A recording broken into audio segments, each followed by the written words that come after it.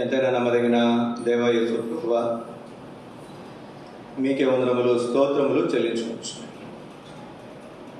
మీ కాపుదల భద్రతలు మీరు మమ్మల్ని నుంచి డిసెంబర్ మాసం 2వ ప్రవచనం వరకు మీ సన్నిధి మాకు తోడుగుంచి ఈ ప్రవచనం మీ మందిరాల్లో చేరి మిమ్మల్ని ఆరాధించడానికి, కొన్ని పాటల ద్వారా కొన్ని మాటల ద్వారా మిమ్మల్ని ఆరాధించడానికి మీరు చూపిన అపారమైన కృపను బట్టి మిమ్మల్ని స్తుతిస్తూ ఆరాధిస్తాం. ఈ మధ్యాహ్నకాల సమయంలో ప్రభువులను మేము సమీపించుండగా ఎన్నో బలహీనతలు, అదుబాట్లు, తొందరపాటు, తొట్టుపాట్లు కలిగినటువంటి వారు మీ వాక్యమైన అర్థంలో నామా నిజ స్వరూపాలు మీరు మాకు చూపించము. తద్వారా మేము సరి చేసుకున్నటువంటి వారమై, చక్క చేసుకున్నటువంటి వారమై, యోగ్యమైన విధానములో ప్రభువులలో పాల్గొని పొందినట్లుగా నన్ను మమ్మల్ని సిద్ధపరచు. ఈ సమయాన్ని మీరు మాకు ఆశీర్వాదకరంగా వినొచ్చు. అక్కడ యేసు తప్ప మరెవరినూ వారికి కనపడలేదు. మేము మిమ్మల్ని తప్ప వేరెవరిని కూడా చూడుకుందాం. మీ స్వరం తప్ప మరి ఏ స్వరము కూడా మేము అనుకుందాం. మీకే వందనములు స్తోత్రములు చెల్లించుకోవచ్చు. సమస్త మహిమ ఘనత ప్రభావం మీకు ఆరోపిస్తాం. మహాప్రభావంతో మలరానటువంటి ప్రభువైన యేసుక్రీస్తు వారిని నిత్య జీవనకై ఊరడి మాటలు అనుగ్రహించే యేసుక్రీస్తు వారిని, దయగల మాటలు అనుగ్రహించే యేసుక్రీస్తు వారిని ప్రార్థించి అడిగి వేడుకుంటున్నాము తండ్రి. ఆమేన్. అందరూ కలిసి ఎఫెసీయులకు రాసిన పత్రిక 3వ అధ్యాయము 27 వచనాలు తెలుస్తున్నాయి. అందరం కలిసి చదువుకుందాం.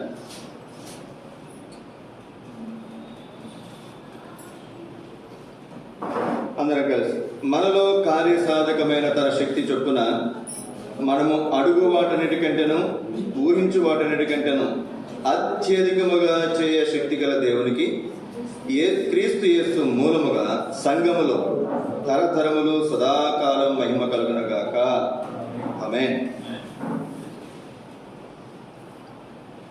ఏమండి, మీరందరూ ఇంగ్లీష్ మీడియమా, తమిళ మీడియమా?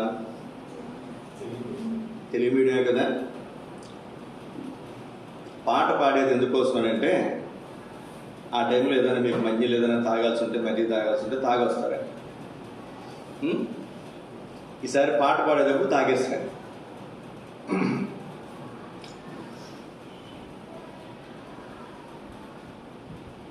దేవుని వాక్యంలో మన దేవుడు ఎవరంట? అడిగిన దానికంటే, ఊహించిన దానికంటే అత్యధికంగా చేయుటకు శక్తి కలిగినటువంటి దేవుడు.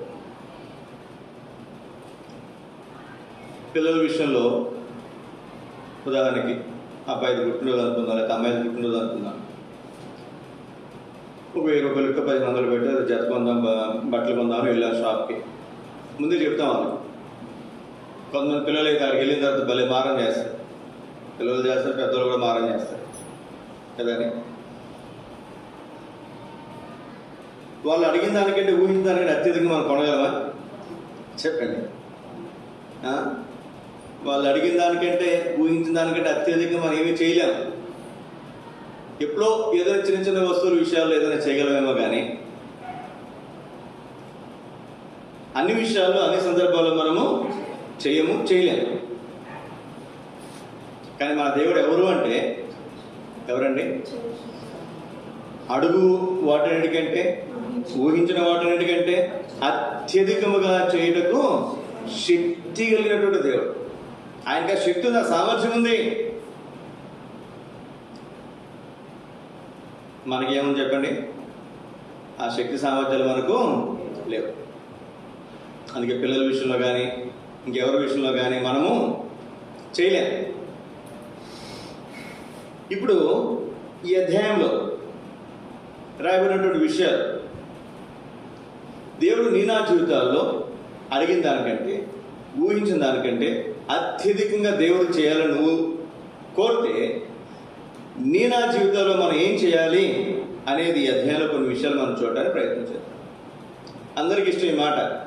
ప్రార్థన కూడా చేస్తాం. అయ్యా, నువ్వు అడిగిన దానికంటే, ఊహించిన దానికంటే అత్యధికంగా చేయటకు శక్తిగల దేవుడు కదయ్యా. ప్రార్థన చేస్తాం. మరి ఆయన చేయాలంటే మనం ఏం చేయాలి?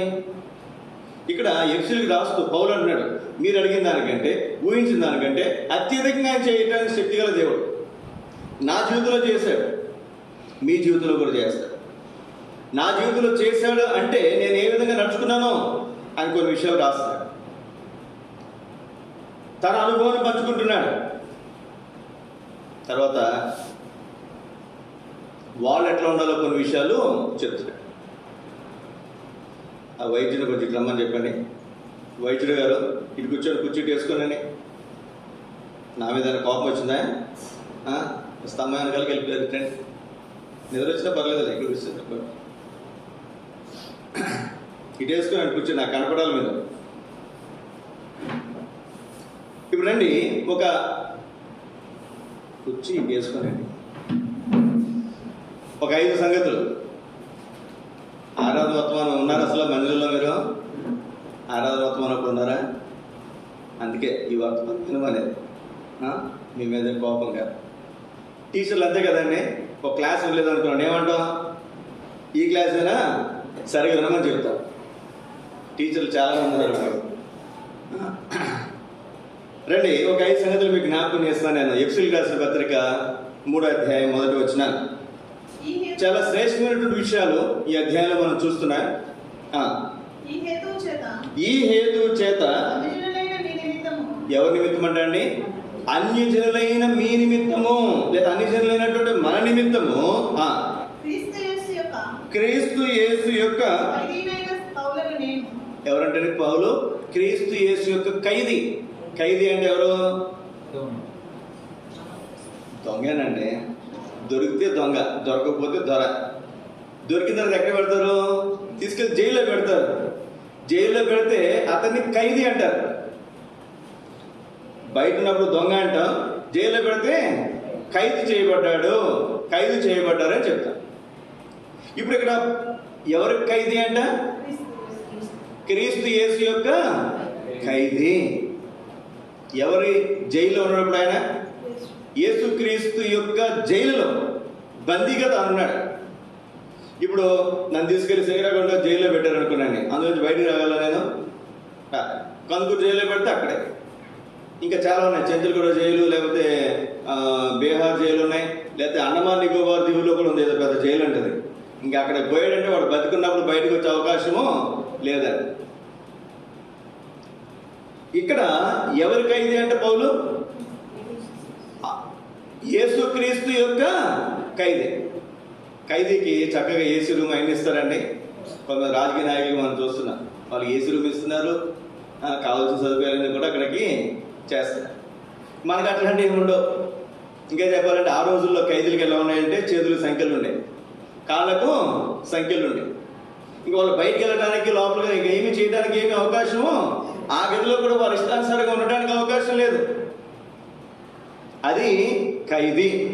ఇప్పుడు ఏం చేస్తారంట? ఖైదీ యేసుక్రీస్తు యొక్క ఖైదీ అయిన పౌలుని నేను ఏం చేస్తున్నాడంటే, నేను తప్పుగా అనుకోండి మాట మాట్లాడుతున్నానని, మా అమ్మకి బాగోకపోతే హాస్పిటల్కి తీసుకెళ్ళాను. ఇల్లప్పుడు అనుకున్నా కనీసం పక్కన బెడ్ వాళ్ళకైనా ప్రార్థన చేద్దాం, పక్కన బెడ్ వాళ్ళకైనా దేవుని మాటలు చెప్తాం. వెళ్ళేటప్పుడు మాత్రం అనిపిస్తుంది, కానీ అక్కడ ఉన్నప్పుడు ఆ సంగతి ఈ సంగతులు, ఆ పనులు ఈ పనులు, మళ్ళా 4 రోజులు అయిన తర్వాత వాళ్ళు వచ్చి అరే ఒక్కరు కూడా మనం ఏం చేయలేదు, సువార్త చెప్పలేదు, ఒక్కరు కూడా మనం వెళ్ళి ప్రార్థన.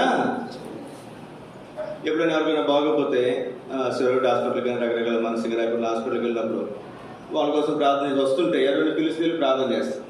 మళ్ళీ అనిపిస్తుంది, మళ్ళీ రేపు వెళ్ళి వాళ్ళ కోసం ప్రార్థన చేద్దాం అనిపిస్తుంది, కానీ మనం వెళ్ళి చెయ్యి. ఏంటి? ఫ్రీగా ఉంది. నాకైనా బంధకాలు ఉన్నాయా? నేను ఎక్కడ జైల్లో పడేశారా?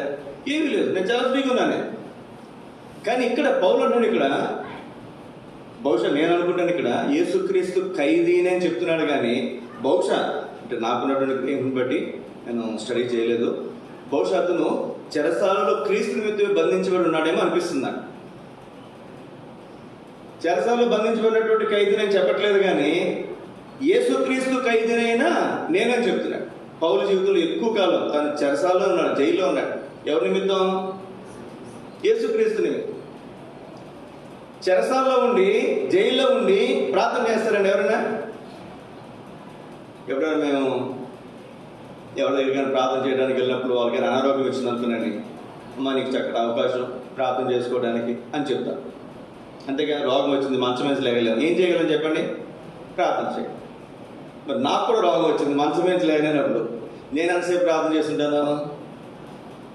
ఇంకా అప్పటి నుంచి వాళ్ళకి వెళ్ళినప్పుడు ఖచ్చితంగా గట్టిగా చెప్పలేకపోతుంది. ఎందుకని? మనకు బాగున్నప్పుడు మన ప్రార్థన చేయగలమా? చేయలేం.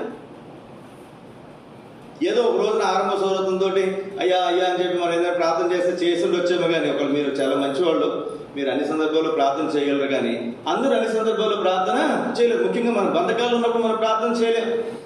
పౌలు ఏమన్నాడు ఇక్కడ? నా బంధకాల్లో సహితము నేనేం చేస్తాను, మీ కొరకు ప్రార్థన చేస్తున్నాను. ఎంత అద్భుతమైనటువంటి మాట చూడండి. అడిగిన దానికంటే, ఊహించిన దానికంటే అత్యధికంగా కావాలి అంటే ఎల్లప్పుడు మనం ఏం చేయాలి? మనం ఏ స్థితిలో ఉన్నా, మన బంధకాల్లో ఉన్నా ఎవరి కొరకు ప్రార్థన చేయాలండి? మన కొరకు కాదు. గుర్తుపెట్టుకునండి మాట. పౌలు ఏమన్నా చెప్పండి, నేను బంధకాల్లో ఉన్నాను, నేను నా కొరకు ప్రార్థన చేసుకున్నానడా? అన్ని జిల్లాలు మీ నిమిత్తం ప్రార్థన చేస్తాను. నాకున్నటువంటి గ్రహింపు, సంఘ ప్రార్థనలో నా గురించి ప్రార్థన చేయమని నేను చెప్పను. వచ్చిన వాళ్ళ గురించి మీ గురించి ప్రార్థన చేసుకోమని కూడా నేను చెప్పను. సంఘ ప్రార్థనకు వస్తే తెలుస్తుంది మీకు. ఎవరైనా వస్తున్నారా? చైర్మన్స్ వస్తున్నారా? చాలా తక్కువ మంది వస్తారు. ఎందుకని? సంఘంలో మనం ప్రార్థన చేయడానికి వచ్చినప్పుడు సంఘం కోసం ప్రార్థన చేయడానికి మనం వచ్చాం. చివరికి ఒక్క మాట మనసులో నన్ను జ్ఞాపకం చేసుకోమంటే దేవుడు ఏం చేస్తారు చెప్పండి? మనమే అడగాల్సిన అవసరం లేదు. అవునా కదా? మనమే అడగాల్సిన అవసరం. నేను ఎప్పుడు నా గురించి నేను ప్రార్థన చేసుకున్నాను. ఎక్కువ సందర్భాల్లో ఎక్కువగా నేనైతే దీర్ఘ ప్రార్థన నా గురించి నేను చేసే సందర్భాలు నాకు లేదు, నాకు జ్ఞాపకం లేదు. ఇంతకుముందు కూడా చెప్పాను నేను.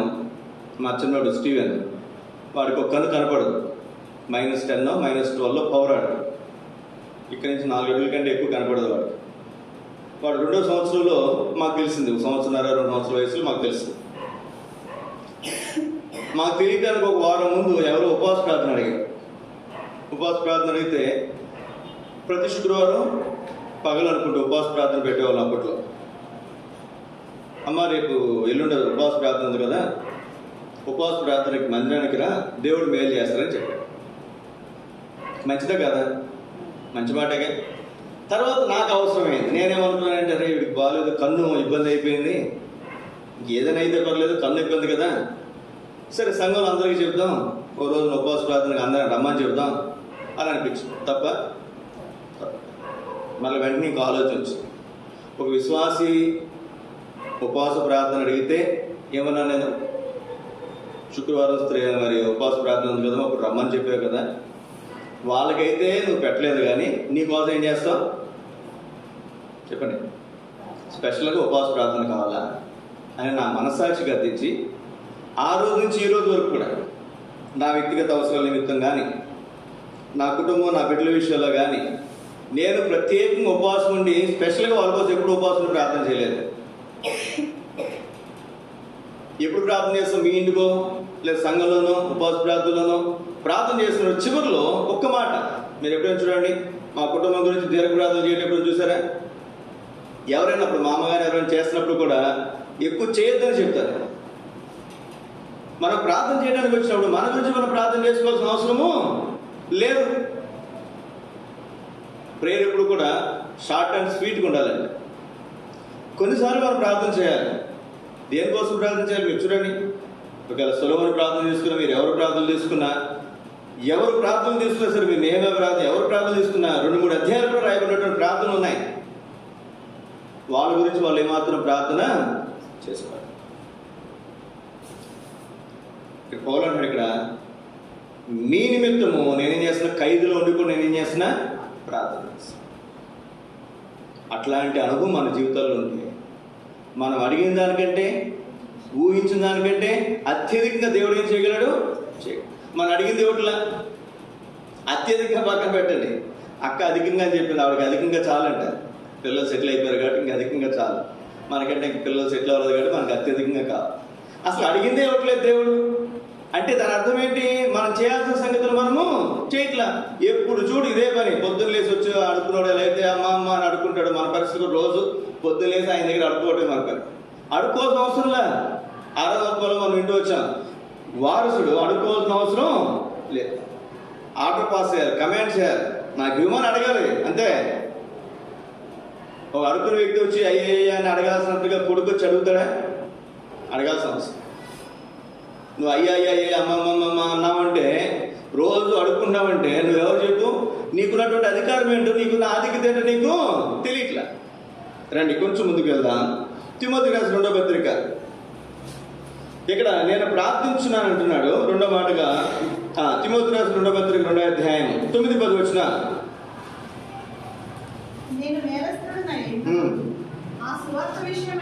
నేరస్తుడనై ఉన్నట్టు ఉందమ్మా నీ బైబిల్లో.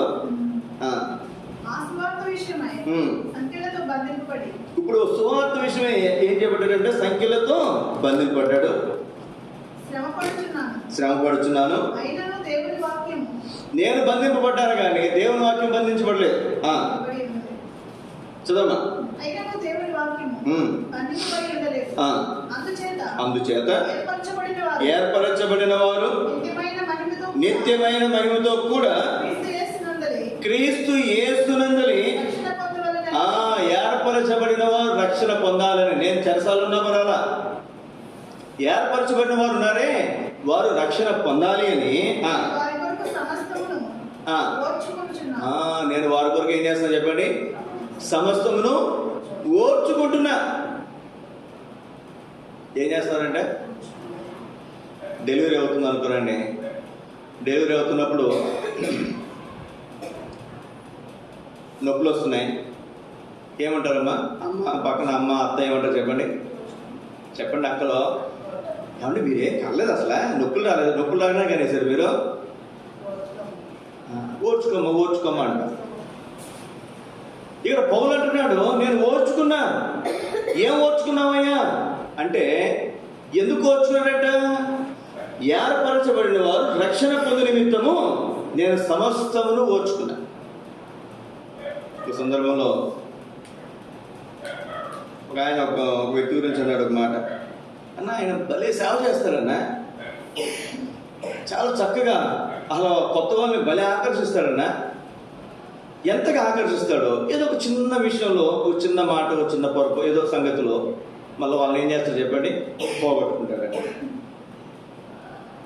నాకు కూడా అటువంటి అనుభవాలు కొన్ని ఉన్నాయి. ఎంతో జాగ్రత్తగా ఓపికగా అందరినీ సమకూర్చుకుంటాం. కొన్ని సందర్భాల్లో ఏదో సందర్భంలో ఓర్చుకోలేదు కదండి. ఒక రోజున ఒక సంగతి జరిగింది. ఒక ఆయన ఒక ఊర్లో శానపూడిలో సుధాకర్ గారు, ఆయన పరిచర్య వాళ్ళు సొంతంగా చేసుకున్నారు. ఒక ఆయన సేవకుని పెట్టుకుని ఆయన హెబ్రోన్ సంవత్సరంలోనే మందిరం స్టార్ట్ చేశారు శానపూడిలో. కానీ అది ఇండిపెండెంట్గా జరుగుతుంది. ఆయన హెబ్రోన్లో హైదరాబాద్లో మరొక బ్రాంచ్లో సంఘపెద్దగా ఉన్నాడు, బాధ్యతల సోదరుడిగా. ఒక సందర్భంలో పరిచయం అయిన తర్వాత నాతో మాట్లాడినప్పుడు అయ్యా మనం కలిసి చేద్దామంటే అలాగే అన్నాడు ఆయన. బాగానే ఉంది, నా తొలగి బాగానే. మేము వాళ్ళకి వెళ్ళి మందిరానికి వచ్చారు, బాగానే మాట్లాడుకున్నాం. తర్వాత ఆలోచన ఏంటి, శాన గురించి మనకు కొంతమంది విశ్వాసాలు వస్తున్నారు.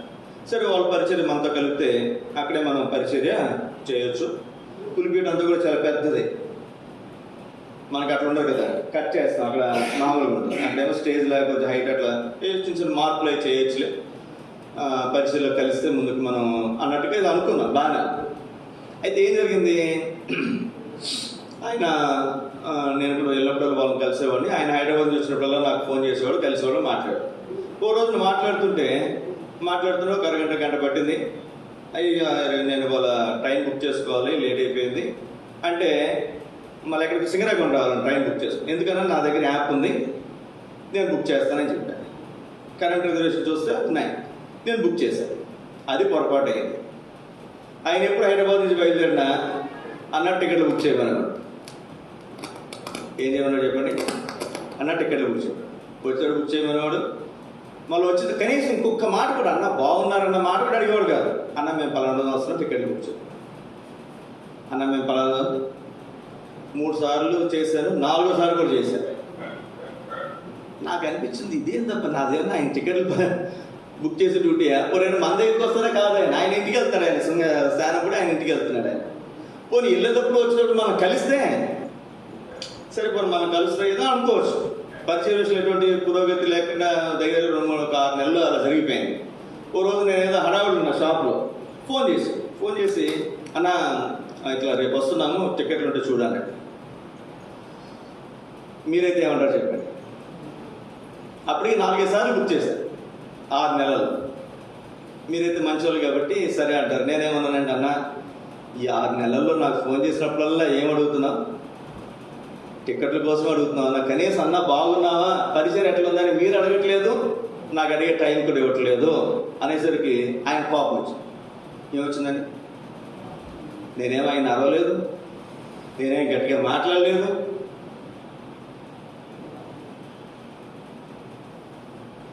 తర్వాత అనిపిస్తుంది అంటే కుదరదు నాన్న వేరే పనులు ఉన్నాయని చెప్పేసి సరిపోయేదిగా.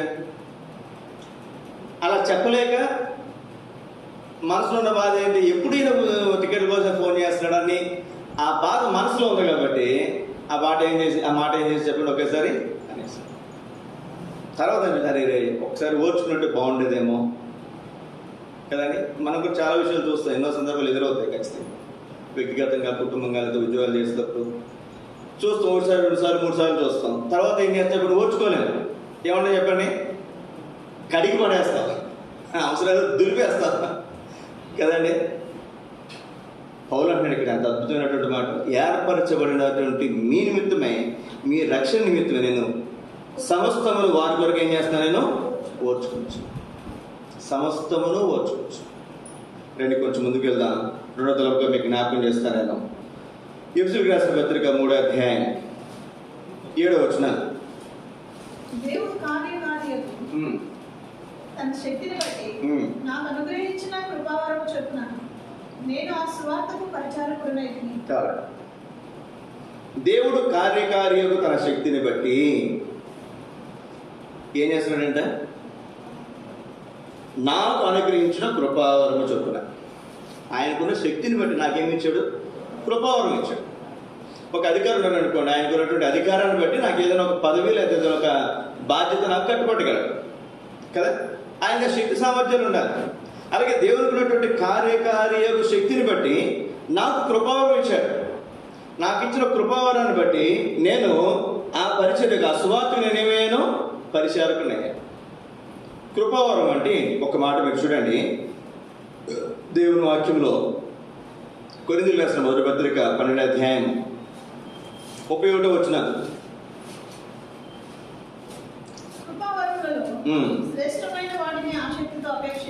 శ్రేష్టమైన వాటిని ఎందులంట? కృపావరాల్లో. కృపావరాలు అందరికీ ఇచ్చి ఉండకపోవచ్చు, అందరికీ అన్ని వరాలు ఉండకపోవచ్చు.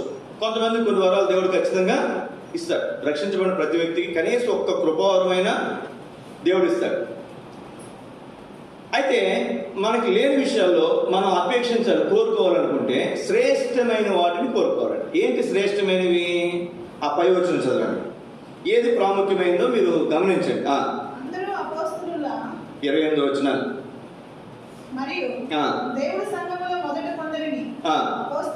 మొదటి వారు అపోస్తలులు,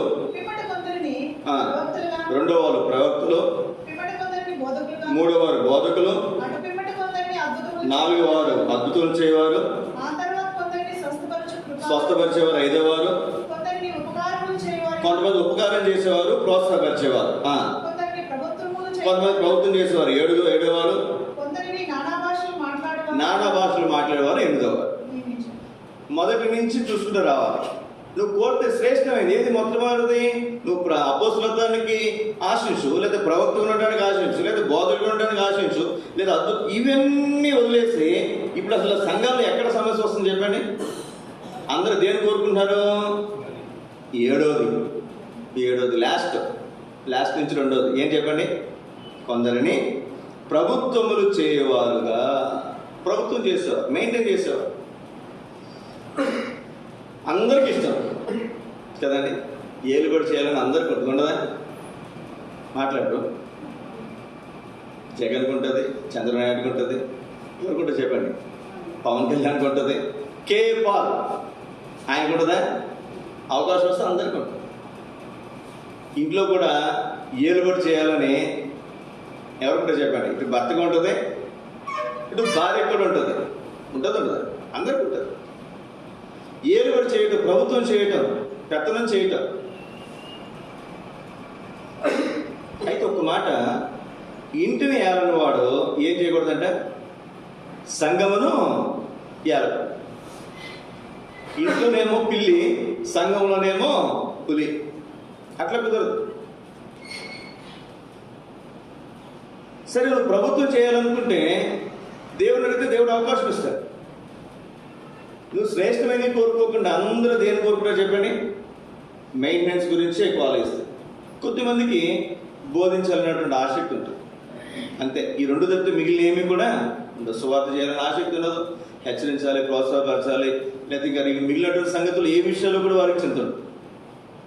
ఇప్పుడు కృపావరంలో శ్రేష్టమైనది ఏదో మనం గమనించుకోవాలి, వాటిని మనం అపేక్షించాలి. అందుకే ఏదైనా ఉద్యోగం కోసం ప్రయత్నం చేస్తాం అనుకోండి, గ్రూప్ 1, గ్రూప్ 2, గ్రూప్ 3, గ్రూప్ 4, 4 రకాల ఉద్యోగాలు ఉంటాయి. గ్రూప్ 1 అంటే కలెక్టర్ రేంజ్, గ్రూప్ 2 అంటే ఎంఆర్ఓ రేంజ్, గ్రూప్ 3 అంటే అసిస్టెంట్ రేంజ్, గ్రూప్ 4 అంటే అటెండర్లు, వీళ్ళు. మనం దేనికోసం ప్రయత్నం చేస్తాం చెప్పండి? గ్రూప్ 4 ఉద్యోగాలు ట్రై చేసినా ముందు మన టార్గెట్ దేని మనం చూస్తాం? గ్రూప్ 1 సిద్ధపడితే 1 రాకపోయినా గ్రూప్ 2 అయినా లేదా గ్రూప్ 3 అయినా కొడతామని అక్కడ ఉంటుంది మన గురి. అసలు నా గురి గ్రూప్ 3 మీద, గ్రూప్ 4 మీద ఉందనుకోనండి, అసలు ఏదైనా వస్తుందా? రా. శ్రేష్టమైన మనం అపేక్షించాం. కృపావరాల్లో శ్రేష్టమైన మనం అపేక్షించాం. సోదర సోదరి, ఈ మధ్యాహ్న కాల సమయంలో అసలు నీకు అసలు కృపావరం ఉందా? కృపావరం ఉందన్న సంగతి తెలుసా? నీకు నా కృపావరం ఏంటో తెలుసా? తెలియకపోతే ఉపయోగం. చాలామందికి వారి బలం ఏంటో తెలియదు, వారి బలహీనత ఏంటో తెలియదు. ఎవరొక ఆయన చెప్పాడు, నేను విన్నాను. నీ బలం ఏంటో, నీ బలహీనత ఏంటో నువ్వు తెలుసుకుంటే జీవితంలో సగం సక్సెస్ అయినట్టే. ఏమైనట్టు చెప్పండి? నా బలం ఏంటో, నా బలహీనత ఏంటో నేను తెలుసుకోగలిగితే నా జీవితంలో నేను సగం సాధించినట్టే. బలాన్ని నేను బలపరుచుకుంటాను, బలహీనతను ఏం చేస్తాను? నేను దాన్ని, ఆ విషయాల్లో నేను జాగ్రత్తగా ఉండడానికి ప్రయత్నం చేస్తాను. అలాగే దేవుని సంఘంలో నీకు దేవుడు ఇచ్చిన కృపావరం ఏంటి, దేవునికి ఇచ్చినటువంటి తలాంతి ఏంటి అనేది నువ్వు ఎరగలిగితే నువ్వు ధన్యురాలు. చాలామందికి తెలియదు. ఒకసారి ఉదాహరణకి పలానా ఆయనకి బోధించే కృపావరం ఉంది, దేవుడు ఇచ్చాడు, అది ఆయనకి తెలియలే. ఆయన ప్రభుత్వం చేయాలనే దాని మీద దృష్టి ఉందనుకున్నాండి. దేవుడు ఇచ్చిన కృపావరము ఆయన ఉపయోగించుకోలేడు. ఆయనకి లేని దాంట్లో ఏలు పెట్టి అందులో విజయము పొందలేడు కదండి. కుక్క డ్యూటీ గాడిద చేస్తే ఏమేమి చెప్పండి? గాడిద నడుము ఇరిగి, మనకు బాగా తెలుసు. చాలాసార్లు మన కృపావరం ఏంటో తెలియక, మన పని ఏంటో, మన బాధ్యత ఏంటో, శరీరంలో మన అవయవం ఉన్నటువంటి మనకున్నటువంటి ప్రాముఖ్యత ఏంటో, లేదా మన పని ఏంటో మనకు తెలియక మిగిలిన పనులన్నింటిలో మనం జోక్యం చేసుకుంటాం. వాళ్ళ పనులైనా పాటు చేస్తాం, లేదా వాళ్ళ పనులు జరగడానికి సహకరిస్తాం. నీ పని ఏంటంటే మన పని మాత్రం అలాగే మిగిలిపోతుంది. కాబట్టి మనం చాలా జాగ్రత్తగా గమనించుకోవాలి. తర్వాత ఒక మాట, కొలసీలకు రాసిన పత్రిక 1వ అధ్యాయం 23వ వచనం. కొలసీ 1:23.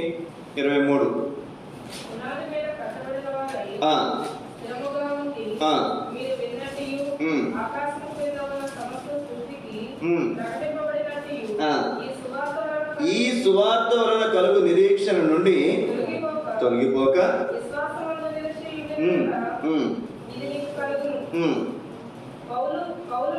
పౌలను నేను ఆ సువార్తకు నేను పరిచారకుడిని. పౌలు అన్నాడు, తన పని ఏంటో తనకు తెలుసు, తన కృపావరం ఏంటో తెలుసు, తన బాధ్యత ఏంటో తెలుసు, దేవుడు తనను దేని కొరకు నియమించడో తెలుసు. యూదులకు అపోస్తులుగా ఉండటానికి పేతురుకు, యోహానుకు సామర్థ్యం అనుగ్రహించినటువంటి దేవుడే అన్యజనులకు అపోస్తులుగా ఉండటానికి నాకు బర్నబాకు కృపావరము అనుగ్రహించడం చెప్పగలుగుతున్నాడు. మేము యూదులకు అపోస్తులం కాదు, మేము అన్యజనులకు అపోస్తులు. తన పని ఏంటో, తన పరిధి ఏంటో, తన పరిచర్య ఏంటో తాను ఎరగలుగుతూ వచ్చాడు. అర్థమవుతుందండి? నేను రేపొద్దున ఏ సబ్జెక్టు ఎగ్జామో పరీక్ష నాకు తెలిస్తే, సిలబస్ ఏంటో తెలిస్తే నేను చదివితే నాకేమవుతుందో చెప్పండి, ఎక్కువ మార్కులు తెచ్చుకోవడానికి అవకాశం. అసలు నాకు ఎగ్జామే తెలియదు, ఆ సబ్జెక్టు సిలబస్ తెలియదు, ఏం చేస్తాను చెప్పండి? ఏం చేయగలమా? ముందు నా సంగతి ఏంటో తెలియాలి. నాకున్నటువంటి పరిధులు ఏంటో, నాకున్నటువంటి పరిచర్య ఏంటో, నా పని ఏంటో, నా పరిచర్య, నా బాధ్యత ఏంటో, దేవుడు ఇచ్చిన కృపావరం ఏంటో నేను తెలుసుకోవాలి. ఇక్కడ అన్నాడు కదా, నా సువార్తకు పరిచారకుడినే అయ్యాను. అందులో సువార్త అనే పదం ఉంది. అసలు నోవ కాలంలో దేవుడు ఆత్మస్వరూపు వెళ్ళి సువార్త చేశాడు. పాత మందులు ఎక్కడ కూడా సువార్తకు అంత ప్రాముఖ్యత లేదు. సువార్త అనేది ఎక్కడ స్టార్ట్ అయింది? పౌలు దగ్గర నుంచి స్టార్ట్ అయింది. ప్రాముఖ్యంగా మనం పౌలు దగ్గరే మనం చూడగలం. మరి తన పని ఏంటో తను ఎరగలిగాడు. ఇంకొక మాట చూడండి, 26వ వచనం, ఇది చాలా ప్రాముఖ్యమైనటువంటిది. కొలస్సీ 1:26, మీ నిమిత్తము నాకు అప్పగింపబడిన దేవుని ఏర్పాటు ప్రకారము నేను ఆ సంఘమునకు పరిచారకుడనైతిని. నేను సువార్తకు పరిచారకుడిని. ఇంతవరకు బాగానే ఉంది. సువార్త ఎక్కడేం చేయొచ్చు, ఎవరేం చేయొచ్చు, ఇప్పుడేం చేయొచ్చు, ఎలాగైనా చేయొచ్చు. అయితే ఒక్క మాట చూడండి, పౌలు తన గురించి తాను చెప్తూ ఏమన్నాడు చెప్పండి? నేను ఎవరినట? ఆ సంఘమునకు, ఒక సంఘమునకు నేను పరిచారకుడను. ఇది చాలా ప్రాముఖ్యమైనటువంటిది. చాలా మందికి గ్రహింపు ఉండదు. మీది ఏ మందిరం అంటే చెప్పలేదు. ఒక ఆధారం ఇక్కడ ఉంటారు, ఒక ఆధారం ఇంకో చోట, ఇంకో చోట, ఇంకో ఆధారం ఇంకో చోట ఉంటారు. ఒక మందిరాన్ని మనం నమ్ముకుని ఉండాలి. ఒక స్థిరంగా ఒక మందిరానికి వెళ్తూ ఉంటే దేవుడు మనకి ఇచ్చిన తలాంతులు, కృపావరాలు, దేవుని సమయంలో దేవుడు తన దాసు ద్వారా లేదా మనకి దేవుడు ఇచ్చినటువంటి కృపావరాన్ని బట్టి వాటి ప్రజలకు చేయడానికి దేవుడు అవకాశం ఇస్తాడు. కొంతమంది ఒక సంఘానికి చెందినటువంటి పరిచర్య జరిగించారు. దైవజనుడు భక్తి సింగ్ గారికి ఇచ్చినటువంటి సంఘ దర్శనంలో మన పరిచయం ఎట్లా ఉంటుందంటే, సంఘము ద్వారా ఈ పరిచయం జరుగుతుంది. ఉదాహరణ నేను ఉన్నాను, నన్ను పలానా చోట పరిచయకి పిలిచారు. నేనేం చేస్తాను? నా ఇష్టం, నేను సేవకుడు కదా, నా ఇష్టం వెళ్ళిపోను. నేను ఆదివారం ప్రకటన చేస్తాను అవకాశం ఉంటే, లేదా ఖచ్చితంగా సంఘ ప్రార్థనలో చెప్తా, నేను పలానా వారము పలానా చోటికి పరిచయకి వెళ్తున్నాను, ప్రార్థన చేయండి చెప్తాను. చెప్పా మీకు తెలియదంటే మీరు సంఘ ప్రార్థనకు రావట్లేదని అర్థం. సంఘ ప్రార్థన వచ్చిన ఖచ్చితంగా అన్ని విషయాలు మనం తెలియజేస్తాం, ప్రార్థన చేస్తాం. అలాగే సంఘంలో ఉన్నటువంటి ఒక విశ్వాసి, తనకున్నటువంటి పరిచర్య, తనకున్న తలాంతులు ఏమైనా ఉన్నప్పుడు ఏం చేయాలి చెప్పండి? నాకు తలాంతు ఉంది కదా, నన్ను వాళ్ళు పిలిచారు, నేను వెళ్ళిపోతానంటే అట్లా కాదు. పౌలే అంటాడు అన్నమాట, నేను ఆ సంఘమునకు పరిచారకుడు. నేను పరిచారకుడు. ఆడ కాపురున్నాడు, అపోస్తలుల కార్యాలు 13వ అధ్యాయం అనుకుంటాను. ఆ సంఘంలో, అంతియోక్య సంఘంలో సువార్థికులు, బోధకులు 4 ఉన్నారండి. అందులో పౌలు, బర్నబా, మనియేసు 4 ఉన్నారు. అంటే ఆ సంఘంలో పౌలు కూడా ఆ ముగ్గురితో కలిసి ఒక పరిచారకుడు. అంతే, అతని స్థాయి ఆరంభం అంతే. తర్వాత దేవుడు అద్భుతంగా తను వాడుకున్నాడు. తాను సంఘము ద్వారా చూడండి అన్నమాట. అపోస్తలుల కార్యాల గ్రంథం 13వ అధ్యాయం చదవండి. మొదటి వచనం అనుకుంటాను, 13వ అధ్యాయమేనా?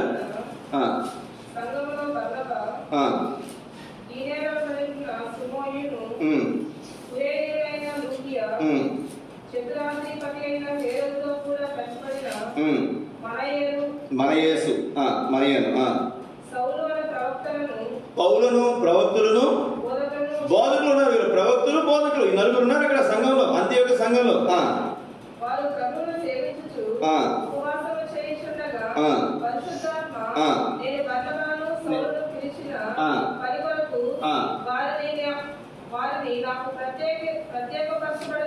ప్రత్యేకపరచుడని అయ్యా, నేను పౌలుని, బర్నబాను ఒక పరిచర్య కొరకు ప్రత్యేకించాను, వాళ్ళు పంపించండి అని చెప్పారు. ఇప్పుడు ఏం చేయాలి? పౌలు, బర్నబా వెళ్ళిపోవాలి. వెళ్ళాలి వద్దా చెప్పండి? వెళ్ళాలి. కానీ వెళ్ళాల. ఎలా వెళ్ళేది వాళ్ళు చూడండి అన్నమాట. 3వ వచనం చదవండి.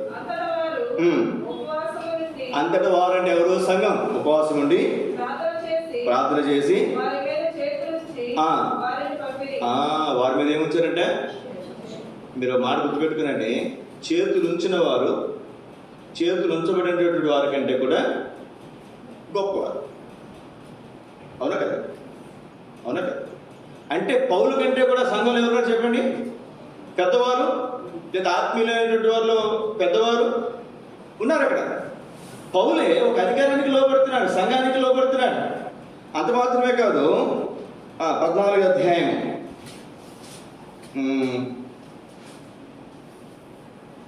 15వ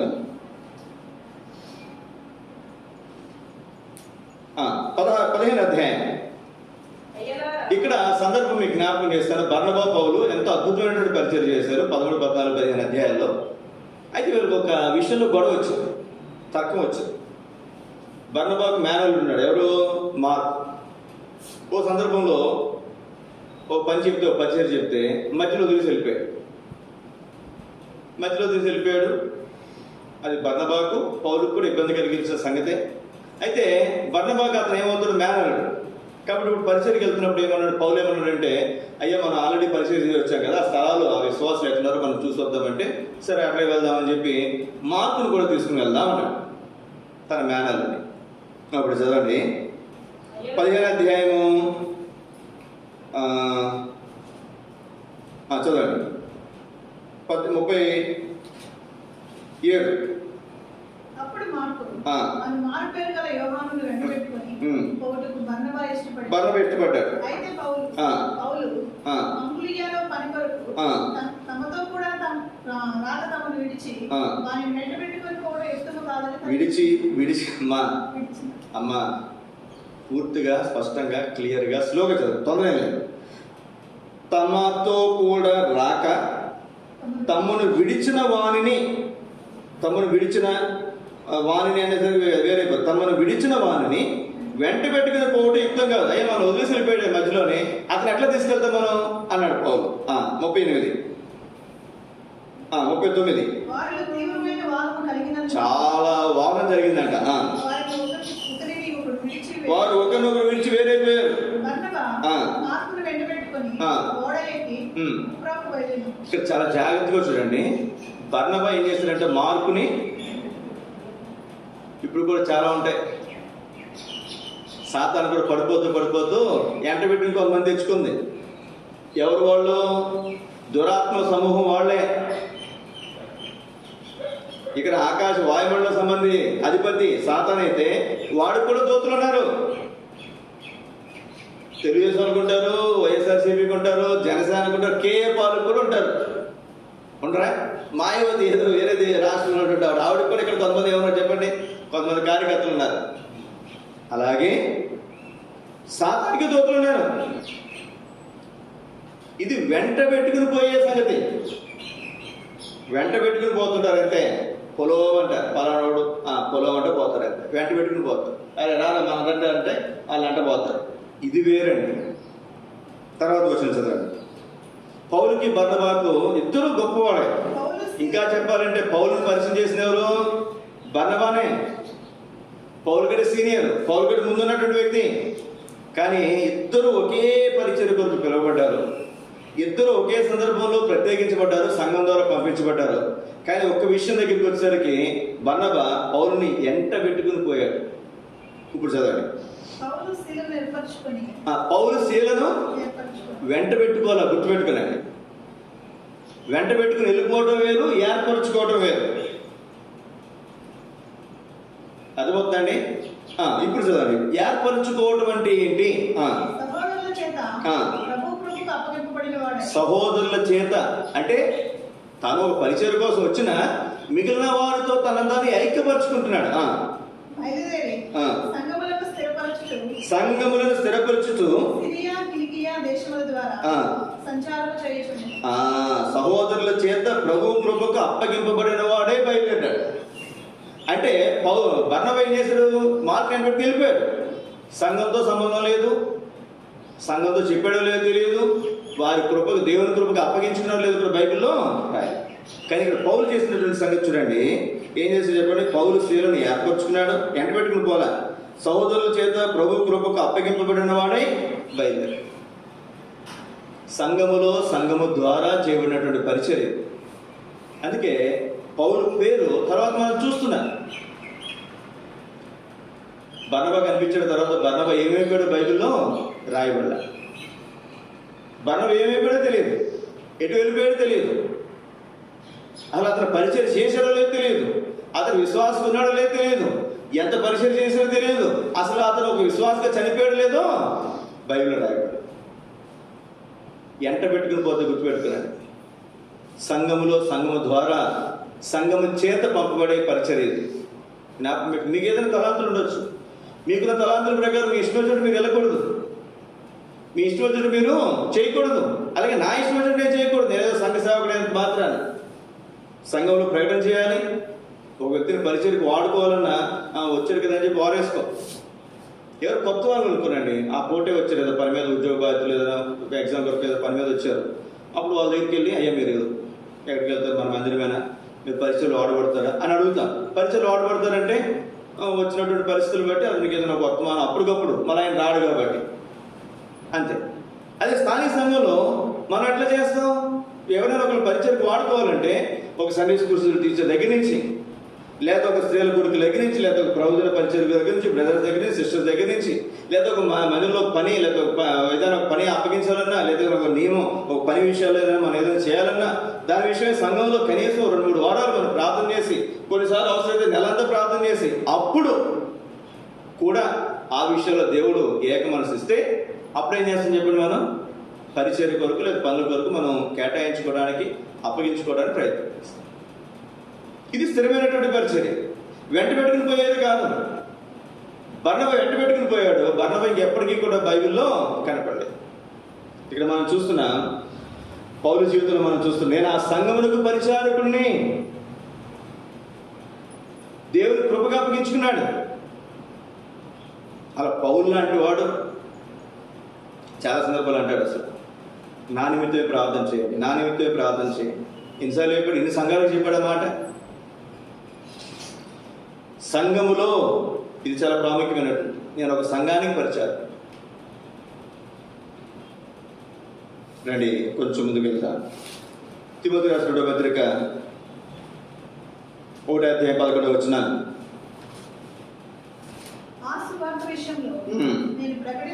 నేను ప్రకటించేవాడును గాను, అపోస్తలుడు గాను, బోధకుడు గాను, అపోస్తలుగా నియమించబడ్డా, బోధకుడుగా, సువార్తికుడిగా నేను నియమించబడ్డా. 3వ తలంపుగా రండి దేవుని వాక్యంలో ఎఫెసీయులకు రాసిన పత్రిక 3:2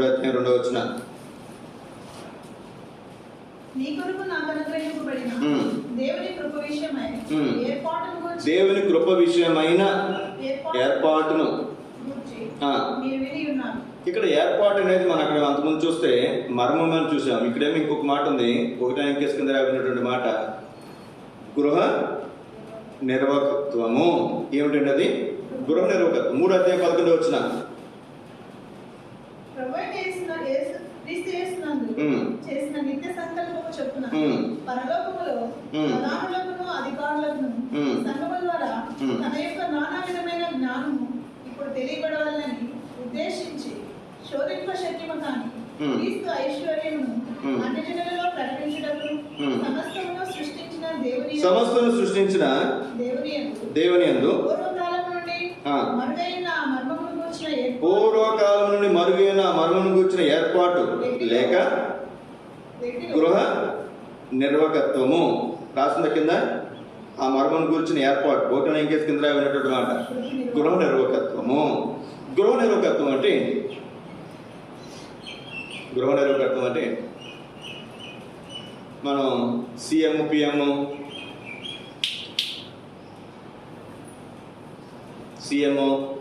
అంటారు, అవి మనకు బాగానే తెలుసు. హోమ్ మినిస్టర్ ఉంటాడు, సీఎం తర్వాత లేదా పిఎం తర్వాత 2 బాగా ప్రాముఖ్యమైనటువంటి, అందులో ఒకటి ఆర్థిక శాఖ, రెండవది హోమ్ శాఖ. హోమ్ మినిస్టర్ అంటారు, కానీ ఏ హోము? వాళ్ళ దృష్టిలో రాష్ట్రం అంతా ఒక ఇల్లు, దానికి మినిస్టర్ అయ్యారు. ఈ బాధ్యతలన్నీ కూడా లా అండ్ ఆర్డర్ అంతా కూడా చూసేవారు హోమ్ మినిస్టరే. ఇంట్లో కూడా ఒక హోమ్ మినిస్టర్ ఉంటారు. ఎవరు చెప్పండి, ఎవరు? కొన్నిసార్లు ఎప్పుడైనా మేము మాట్లాడుతున్నప్పుడు ఎవరైనా ఉన్నారనుకుంటే మాట్లాడేటప్పుడు అక్కడ మాటలు పెట్టుకుంటే అయిపోద్ది, అన్న హోమ్ మినిస్టర్ భలే స్ట్రాంగ్గా ఉన్నట్టుందే. హోమ్ మినిస్టర్ కొంతమంది స్ట్రాంగ్ ఉంటారు. మీరు స్ట్రాంగ్గా, హోమ్ మినిస్టర్ స్ట్రాంగ్ ఇంటికాడ ఏమండి? కొంతమంది ఈదులో మాత్రం మాలాంటి వాళ్ళు మేము స్ట్రాంగ్ ఉంటాం. కొంతమంది ఇంటికి వెళ్ళిన తర్వాత హోమ్ మినిస్టర్ స్ట్రాంగ్ ఉంటుంది. హోమ్ మినిస్టర్ అంటే ఎవరు? భార్యలు. ఆ ఇంటికి ఎవరు మినిస్టర్? ఎవరు? భార్యలు. ఇక్కడ రాయబడినటువంటి మాట గృహ నిర్వాహకుడు, గృహాన్ని నిర్వహించేవాడు, ఇంటిని నిర్వహించేవాడు ఎవరు? సహజంగా ఇంట్లో వచ్చేసరికి ఎవరు? భార్య. కానీ చాలామంది ఆ పని చేస్తారో తెలియదు, కానీ భర్త మీద పెత్తనం చేసేవాళ్ళు ఎక్కువ మంది ఉంటారు, కానీ ఇంటిని చక్కగా నిర్వహించేవారు చాలా తక్కువ మంది ఉంటారు. ఇత్తే అత్తే అనే వాళ్ళు ఉంటారు, కానీ అన్ని చక్కగా ఉన్నాయని చూసుకునేవాళ్ళు. నిర్వహించడం అంటే ఏంటి? ఏమున్నాయో ఏమి లేదో అన్నీ చూసుకోవాలి, లేని తెచ్చుకోవాలి, ఉన్నాయి జాగ్రత్తపరచుకోవాలి, ఉన్నాయి పాడవకుండా చూసుకోవాలి, పాడవపోతున్నాయి ఏంటో డేట్లు చూసుకోవాలి, చక్కగా ఉపయోగించుకోవాలి. ఇవన్నీ చేసేవాళ్ళు ఏమన్నా చెప్పండి? గృహ నిర్వాహకుడు అంటారు. పాత నిబంధనలో మనం చూస్తే యేసేపు దగ్గర గృహ నిర్వాహకుడు ఉన్నాడు. 43 అధ్యాయం 16 వచ్చిన ఆది కాండంలో అక్కడ మనం చూస్తాం గృహ నిర్వాహకుని. యేసేపు దగ్గర ఎవరన్నా చెప్పిన అన్నదమ్ములు వచ్చినప్పుడు తన గృహ నిర్వాహకునితో తను మాట్లాడుతూ వచ్చాడు. అలాగే మత్తయి సువార్త 20 అధ్యాయం 8-9 వచనాల్లో సాయంకాలం అయినప్పుడు ఆ ద్రాక్ష తోట యజమాని తన గృహ నిర్వాహకుని చూచి పనివాడిని పిలిపించుకున్నాడు. అంటే ఏంటి? ఇప్పుడు నేను ఒక కంపెనీకి హెడ్ అనుకున్నాండి, నా కింద ఎవరుంటారు చెప్పండి? ఒక కంపెనీకి మేనేజర్ ఉంటాడు. ఆ ఆఫీస్కి ఎవరుంటారు చెప్పండి? మేనేజర్. వాళ్ళని పిలుస్తాం, అయ్యా ఈ పని అయిందా, ఆ పని అయిందా మనం అడుగుతాం. అతను ఏం చేస్తాడు చెప్పండి? మిగిలిన అన్నింటిలో కూడా అయినా చూస్తూ, ఇప్పుడు నేను ఒక ఇంటిని కట్టించుకుంటున్నాను, నేను బేల్దారి పని చేయించుకున్నా. బేల్దారి పని చేసే వాళ్ళకు మేస్త్రి ఉంటాడు. నేను ఎవరితో మాట్లాడుతాను? మేస్త్రితో మాట్లాడి వెళ్ళిపోతాను. నేను ఆ మేస్త్రి ఏం చేస్తా చెప్పండి? ఆ పనులన్నీ జరుగుతుందో లేదు, ఎంత మెటీరియల్ ఉంది ఏంటనేది మనం నాకు తెలియజేస్తే నేను తీసుకొస్తుంటాను. సీఎం ఇప్పుడు రేవంత్ రెడ్డి తెలంగాణ, మీరు మరి సీఎం అయితే ఎట్లా చేస్తారు, మీకు అనుభవం లేదు కదా అంటే, ఏముంది సీఎం అంటే ఏం కాదు, గుంపు మేస్త్రి పని అన్నాడు. గుర్తుందా మీకు ఎవరికైనా? గుంపు మేస్త్రి అంటే తాపి మేస్తున్నాడు, వీళ్ళందరి మీద ఒక మేస్త్రి ఉంటాడు. ఏం చేస్తారు చెప్పండి? వీళ్ళు పని చేస్తారు లేదు చూసుకోవటం అతని పని. గుంపు మేస్త్రి అంటే ఏంటి? నేను ఒకరికి ఒక శాఖ అప్పగిస్తాను, నేను వాళ్ళందరూ సరిగ్గా చేస్తున్నారు లేదు చూసుకోవటం నా పని. దానికి ఏం కావాలా? అనుభవం. వాడు పని అప్పగించాను, వాడు చేస్తున్నారు లేదు చూసుకోవాలి, దానికి అనుభవం కావాలా? చాలా సింపుల్గా చెప్పేసి మీరు కావాలంటే పాత వీడియోస్ చూడండి. ఒక సీఎం పోస్ట్ ఏమన్నా చెప్పండి? గుంపు మేస్త్రితో పోల్చేసేది. మనం కూడా జ్ఞాపకం పెట్టుకునండి, ఇప్పుడు ఈ సంఘం ఉంది లేదా ఇల్లు ఉంది, దాన్ని నిర్వహించే వాళ్ళు ఒకరు ఉండాలి. కొన్ని ఇళ్ళల్లో భర్తలు ఉంటారు, కొన్ని ఇళ్ళల్లో భార్యలు ఉంటారు, కొన్ని సంఘాల్లో సేవకులు ఉంటారు, కొన్ని సంఘాల్లో సేవకులు ఉంటారు, కొన్ని మినిస్టర్లు కూడా మనం చూస్తాం. పేరుగా తన మినిస్టర్, కానీ ఇంట్లో ఆవిడ మొత్తం అధికారంగా ఉంటుంది, లేదా ఆవిడ మినిస్టర్ పేరుకి మొత్తం చూసేదంతా కూడా వాళ్ళ హస్బెండ్. సరే, ఇక్కడ గృహ నిర్వాహకత్వం గురించి బైబిల్ రాయబడినటువంటి మాటలు ఏంటి? రండి, దేవుని వాక్యం మీకు జ్ఞాపకం చేస్తాను నేను. లూకా సువార్త 12వ అధ్యాయం. లూకా సువార్త 12వ అధ్యాయం చదువు 42 వచ్చిన 43 చదవండి. 42, 43 చదవండి. తగిన కాలమున ప్రతివానికి ఆహారం పెట్టుటకు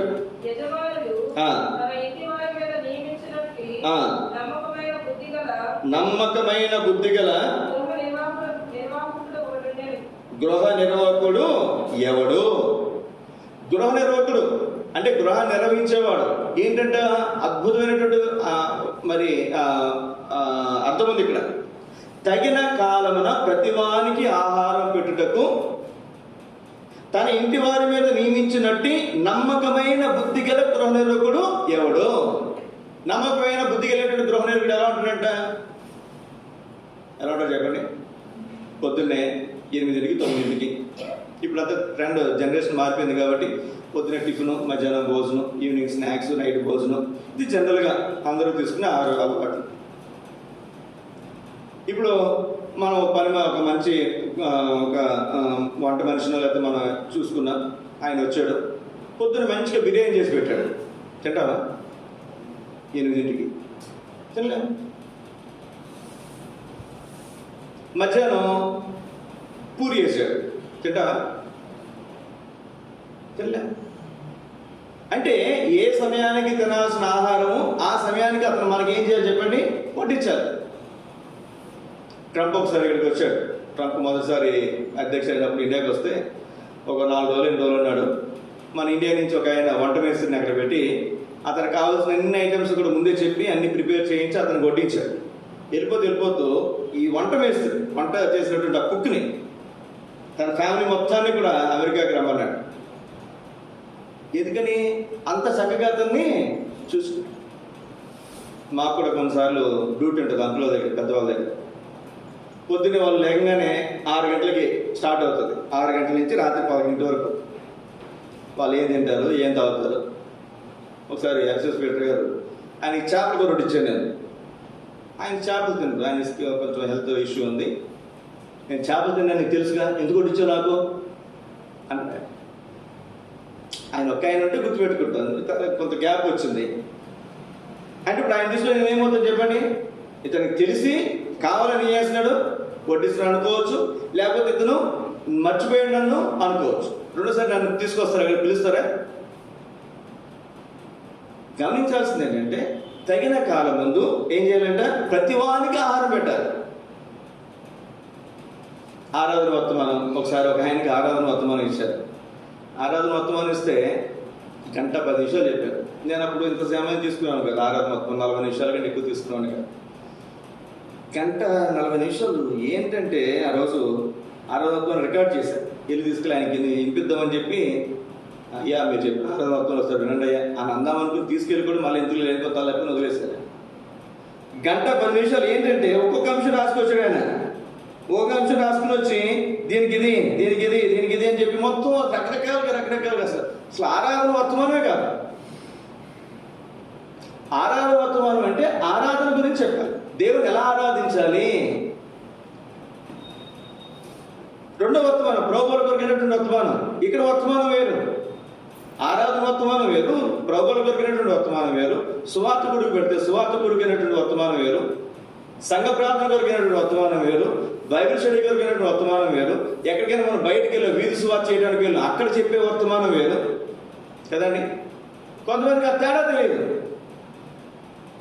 కొంతమందికి ఆ తేడా తెలియదు. కూర డబ్బులు అక్కడ ఉన్నారు, మీకు ఇంకా బాగా అర్థమవుతుంది. అది వేపుడో తెలియదు, ఇగురో తెలియదు, పులుసో తెలియదు, అట్లా చేస్తారు కొంతమంది. కొంతమంది అయితే కేజీ తెచ్చారనుకోండి కూరగాయలు, ఒకసారి ఒక కోటేమో చక్కగా దాన్ని వేపుడు చేస్తారు, 2 లాగిన తర్వాత మళ్ళీ దాన్ని ఇగురో పులుసో చేస్తారు. అదే కూర కానీ ఒకసారి వేపుడు తింటాం, ఒకసారి పులుసు. మధ్యాహ్నం ఒక రకంగా చేస్తాం, నైట్ ఒక రకంగా చేస్తాం. జ్ఞాపకం పెట్టుకున్నాను మీ సోదర సోదరి, గృహ నిర్వాహకుడు తగిన కాలం ముందు ప్రతి వానికి ఏం చేయాలంట? ఆహారం పెట్టాలి. నువ్వు వర్తమానికుడు అయితే ఏ వర్తమానం ఎప్పుడు ఎవరికి చెప్పాలో నువ్వు జాగ్రత్తగా గమనించుకోవాలి. నువ్వు సిటీలో చెప్పినటువంటి వర్తమానం సువార్త కొరకు అదే వర్తమానం తీసుకొచ్చి పల్లెటూరులో చెప్తే కుదురుదా? ఒకవేళ అదే వర్తమానం చెప్పే విధానము మారాలి. అర్థమవుతుందండి? నూడిల్స్ బండి దగ్గర పిల్లలు తీసుకెళ్ళామనుకున్నాండి, అతను అడుగుతాడు, అయ్యా కారం మామూలుగా ఏమంటారా, తగ్గించమంటారు, అడుగుతాడు కదా. అంటే పిల్లలకు వేరుగా పెద్దలకు వేరుగా మనం గమనించుకోవాలి. సండే స్కూల్ టీచర్ అయినా సరే పెద్దలు చెప్తున్నట్లుగా చెప్పేస్తే ఉపయోగం లేదు. పిల్లలు చెప్పే విధానంలో పిల్లలు చెప్పాలి, పెద్దలు చెప్పే విధానంలో పెద్దలు చెప్పాలి. రండి 43వ వచనం. ఎవని ప్రభువు వచ్చి వాడు అలాగ నమ్మకంగా చేయడు కనుగొను ఆ దాసుడు ధన్యుడు.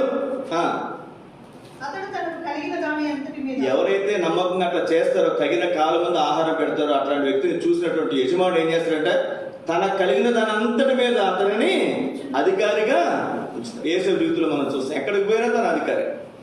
దాసు ఇంట్లో ఉన్న అధికారి, జైల్లోకి పోయిన అధికారి, తర్వాత దేశానికే అధికారి. ఎంత అద్భుతమైనటువంటి సంగతి చూడండి, ఎంత అద్భుతమైనటువంటి సంగతి. ఎప్పుడు ఎవరికి ఏం చేయాలని తను చేస్తాడు. అందుకే తనకి ఆ బాధ్యతలన్నీ కూడా అప్పగించేస్తాడు. 47వ వచనం. సిద్ధపడక అతని చిత్తము చొప్పున జరిగింపక అతని చిత్తము చొప్పున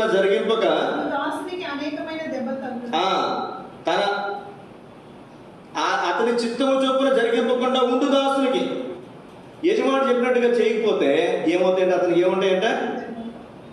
దెబ్బలు కదమ్మా, అనేకమైన దెబ్బలు తగులుతాయంట. అనేకమైన దెబ్బలు. నీ ఇష్టానుసారంగా నువ్వు, నా ఇష్టానుసారంగా నేను ఉండడానికి కుదరదు. లోకంలో కూడా సామెత ఉంటుంది. ఏదైనా ఎక్కువ చేస్తారనుకోండి, అమ్మ నాన్న అంటారు, నీ ఇష్టం ఎక్కడ మాట్లాడు, నీ ఇష్టం ఎక్కడ మాట్లాడు. మీకు తెలియదు సామెత? నీ ఇష్టం మీ అత్తరింటి కాదు రా, ఇక్కడ కాదు, ఎక్కడ అంటారు మీరు? అంటారు చెప్పండి. అత్తగారింటి కాదు, నువ్వేమైనా చేయొచ్చు, నేను అల్లుడు కదా నేను చెప్పి కూర్చుని ఏదైనా చేయొచ్చు. ఏదైనా మాట్లాడితే వేరే సంగతి. ఇంటికాడ కూడా కూర్చుని అలాగే చేస్తే అత్తగారింటి గారు 2 రోజులు 3 రోజులు ఉంటాను. నేను మా అత్తగారింటికి వెళ్ళినప్పుడు అప్పటి నుంచి ఇప్పుడు ఒకటే విధానం. ఆవిడ చెప్పా ఫస్ట్, అమ్మాయి పొద్దున్న 2 కూర నేను సాయంత్రం తిన్నాం. అది ఏ కూరైనా సరే. ఈ సాయంత్రం నాన్ వెజ్ మానేసారంటే పొద్దున్న వెళ్ళిపోతా, మధ్యాహ్నం నాన్ వెజ్ పెట్టలేదంటే సాయంత్రం వెళ్ళిపోతా, అంతే. అంటే మా విధానం మారింది అనుకోరండి, మనకు అవసరంలా. పెట్టిన కూర పెట్టకూడదు, ఉన్నన్ని రోజులు ఖచ్చితంగా ప్రతి పూట ఏముండాలి, నాన్ వెజ్ ఉండాలి. ఇప్పుడు కూడా అంతే. మళ్ళీ 2 అల్లుళ్ళు వచ్చారు, వాళ్ళ విధానం వేరు పాపం. అందులో ఆయన చాలా దగ్గర బంధువు, వాళ్ళని చూసే విధానం వేరు, ఇప్పటికి నన్ను చూసే విధానం వేరు. మరి ఇంట్లో కూడా నేను అలాగే చేస్తానా చెప్పండి? పొద్దున్న కూర తెచ్చుకున్నా, మిగిలింది ఏమంటాను చెప్పండి? మా ఫ్రిడ్జ్లో పెట్టాను చెప్తా. గ్రేవీ ఎక్కువ ఉందనుకో సాయంత్రం చపాతీ చేయమంటే. అర్థమవుతుందండి? అలాగే సంఘంలోకి వచ్చినప్పుడు మన ఇష్టం మన ఇంటి దగ్గర. అర్థమవుతుందండి? సంఘంలో నీ ఇష్టం నా ఇష్టం చెల్లదు. నేను సేవకునేది మాత్రం కూడా నా ఇష్టం అన్ని విషయాలు చెల్లదు. విశ్వాసమైనంత మాత్రాన్ని కూడా, లేదా పరిచారకులైనా లేదా బాధ్యత సోదరులైనా సరే ఎవరి ఇష్టము కూడా దేవుని ఇంట్లో చెల్లదు. ఎవరు చేయాలి? గృహ నిర్వాహకుడు ఒకడు ఉంటాడు. గృహ నిర్వాహకుడు యొక్క బాధ్యత అది. ఎవరా గృహ నిర్వాహకుడు? అది మీకు జ్ఞాపకం చేస్తానే. కొరింథీయులకు రాసిన మొదటి పత్రిక 4వ అధ్యాయం.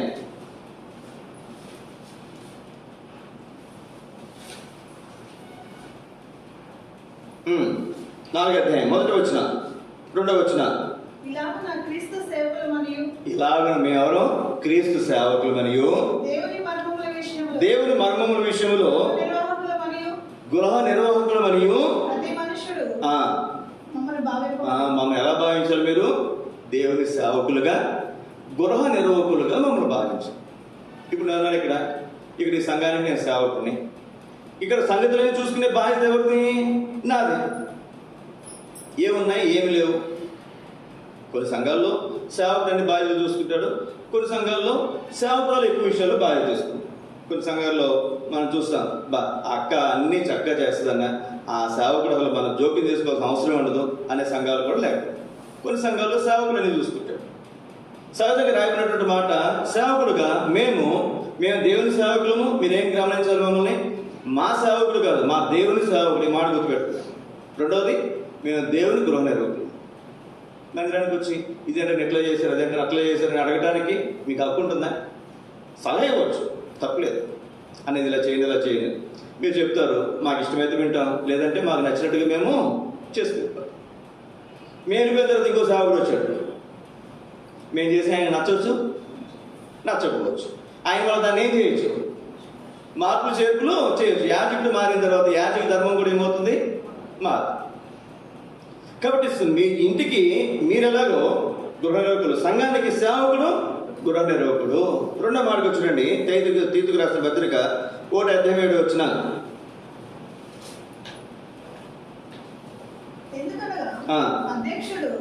దేవుని గృహ నిర్వాహకుని వలె. అధ్యక్షుడు అంటే ఎవరు? సంఘ పెద్ద, బాధ్యత సహోదరుడు. గృహ నిర్వాహకుని వలె. ఎవరి గృహ నిర్వాహకుడు? సేవకుని వలె. ఈ మాట గుర్తుపెట్టుకున్నాడు. అధ్యక్షుడు గృహ నిర్వాహకుడు అని చెప్పట్లేదు. అర్థమవుతుందండి? బాధ్యత సహోదరుడు, పరిచారకులేదు, విశ్వాసి గృహ నిర్వాహకుడు అని చెప్పట్లే. ఒకవేళ ఒక విశ్వాసి అధ్యక్షుడిగా, సంఘ పెద్దగా, బాధ్యత సహోదరుడిగా ఉండాలి అంటే అతను కూడా గృహ నిర్వాహకుని వలె, సేవకుని వలె నిందారహితుడు ఉండాలి. ఇతనికి ఏదైతే మరి ఇక్కడ ఏమేమి లక్షణాలు ఉండాలని చెప్తూ వచ్చాడో ఆ లక్షణాలన్నీ కూడా ఎవరికి ఉండాలి? అధ్యక్షులకు, వీళ్ళకు కూడా ఉండాలి. గృహ నిర్వాహకత్వం ఇది చాలా ప్రాముఖ్యమైనటువంటిది. ఇందులో లోటుపాట్లు ఉన్నాయనుకోండి, ఎవరు అడుగుతారు చెప్పండి? ఏదైనా ఇబ్బంది జరిగింది, ఏదైనా నష్టం జరిగింది, ఏదైనా కష్టం వచ్చింది, ఎవరిని అడుగుతారు మీరు? నన్ను అడుగుతారు. ఎందుకని? దీన్ని నిర్వహించాను నేను. ఇది దేవుని వాక్యంలో మనం చూస్తున్నాం. తర్వాత రండి, ఎఫెసీయులకు రాసిన పత్రిక 3వ అధ్యాయం 13వ వచనం. కాబట్టి మీ నిమిత్తమై నాకు వచ్చిన శ్రమలను చూచి, నేను ఎఫెసీయులకు రాసిన పత్రిక 3వ అధ్యాయం మీకు జ్ఞాపకం చేస్తున్నాను. ఇందులో 13వ వచనం. ఇందు నిమిత్తమే, మీ నిమిత్తమే నాకు వచ్చిన శ్రమలు. ఎవరి నిమిత్తం శ్రమలు వచ్చినాయంట? నా నిమిత్తం నాకు రాలా, మీ నిమిత్తం నాకు వచ్చిన శ్రమలను చూసి మీరు అధైర్యపడవద్దు. ఇవి మీకు మహిమకరములై ఉన్నాయి. ఏంటంటే అండి, మీ నిమిత్తము మేము శ్రమలు గుండా వెళ్తే అవి మీకేంటంట? చాలా ఆశ్చర్యం ఇది. మీకు మహిమ కలగాలి అంటే మేమేం చేయాలంట? శ్రమలు గుండా వెళ్ళాలంట. ఇది సాధ్యమేనా? అందుకే సేవ అంటే చావు అంటారు. చస్తే కానీ సేవ చేయలేం, అన్నింటికీ చస్తే కానీ. కొన్నిసార్లు శ్రమలు గుండా వెళ్ళాలి సేవకులమే. ఎందుకని? దేవుని పెట్టినటువంటి వారికి మహిమ కలుగు నిమిత్తమై. కొలసీలకు రాసిన పత్రిక 1:24 వచనం మనం చూస్తే పౌలు అంటాడు ఇక్కడ, ఇప్పుడు మీ కొరకు నేను అనుభవించిన శ్రమల యందు సంతోషించుచు సంగమన శరీరం కొరకు క్రీస్తు పడిన పాటలలో కొదువైన వాటి యందు నా వంతు నా శరీరం అందు సంపూర్ణము చేయించిన. క్రీస్తు పడినటువంటి శ్రమల్లో మిగిలినటువంటివి నా వంతుగా నేనేం చేస్తాను? నా శరీరం అందు నేను అనుభవిస్తాను. ఆయన ఒకరు వదిలేసిన సంగతులు మనం అనిపిస్తాం, నువ్వు అనిపిస్తావు, నేను అనిపిస్తాను. ఇవన్నీ దేని కొరకు? ఇప్పుడు మీ కొరకు నేను అనుభవించినటువంటి శ్రమల యందు సంతోషించు. ఒక మాట మీకు అర్థం కావాలంటే, పిల్లలకి ఆస్తులు సమకూర్చే విషయాల్లో మనం ఏమంటాం చెప్పండి? పెద్ద అయిన తర్వాత ఆస్తులు సమకూర్చున్నారు, రే నేను రెక్కలు మొక్కలు చేసుకుని. ఇప్పుడు మీకు అర్థమైంది. వాళ్ళకి సమకూర్చడం కోసం మన శ్రమ అనిపిస్తుంది. వాళ్ళు సుఖంగా ఉండటం కోసం మన శ్రమలు ఉండగలుగుతారు, కష్టపడుతుంది. అలాగే ఒక సేవకుడు, లేదా ఒక పరిచారకుడు, లేదా ఒక సువార్థికుడు, వాళ్ళు శ్రమల గుండా వెళ్తే, వాళ్ళు ఎవరి కోసమైతే శ్రమల గుండా వెళ్ళారో వారికి మేలు, ఆశీర్వాదం, వారికి మహిమ. కొంతమంది చూస్తే ఎంతో కష్టపడి చదివారు, సంపాదించారు, పిల్లల్ని ఒక ప్రయోజకులు చేశారు, వాళ్ళు గొప్ప స్థితిలో ఉన్నారు. వీళ్ళు కష్టపడ్డారు కాబట్టి అంటారే, వాళ్ళు తల్లిదండ్రులు ఎంత కష్టపడ్డారు రా, వీడు ఎంత భోగం అనిపిస్తున్నాడు రా అంట. వాడికి ఆ భోగం ఎట్లా వచ్చింది? తల్లిదండ్రుల కష్టాన్ని బట్టి. అదే ఇక్కడ పౌలు అంటాడు ఇక్కడ ఆత్మీయంగా, మేము శ్రమలు గుండా వెళ్తుంది మీ కొరకు. కానీ నిజంగా ఈ రోజుల్లో అట్లాంటి శ్రమలు గుండా వెళ్ళే సేవకులు ఇక్కడ ప్రస్తుతం ఎక్కడ కూడా పరిచయాలు మనకి ఎక్కడ అరుదుగా కనపడతాయి. ఒక్కొక్కసారి కొన్ని పరిస్థితులు వెళ్ళొచ్చేమో, అది వేరే విషయం. కానీ పౌలు చెప్పినటువంటి ఇన్ని శ్రమలు గుండా వెళ్ళినటువంటి సేవకులు మన ప్రాంతాల్లో మనకు బహుశా ఎక్కువ మంది కనపడకపోవచ్చు. కొన్ని ప్రాంతాలు ఉన్నాయి, ఆ ప్రాంతాల్లో దేవుని ప్రజల కొరకు, రక్షణ కొరకు ఎంతో శ్రమలు గుండా వెళ్తున్నటువంటి వారు ఉన్నారు. వారి కొరకు మనం ప్రార్థన చేయడం కూడా చాలా అవసరం. ఇంకా మీకు చాలా విషయాలు మీకు జ్ఞాపకం చేయాలని ఉంది, కానీ ఇక్కడ ముగిస్తున్నాను నేను. ఇక్కడ మీకు కావాలంటే తర్వాత మీరు చదవండి. కొరింథీయులకు రాసిన 2వ పత్రిక 1వ అధ్యాయం 4, 5, 6 వచనాల్లో, మేము ఎట్టి శ్రమలో ఉన్నవారినైనా ఆదరించడానికి శక్తి గల వారు మగినట్లు ఆయన మా శ్రమ అంతటిలో మమ్మను ఆదరించారు. మేము శ్రమ పొందినను మీ ఆదరణ కొరకు, రక్షణ కొరకును పొందుదు.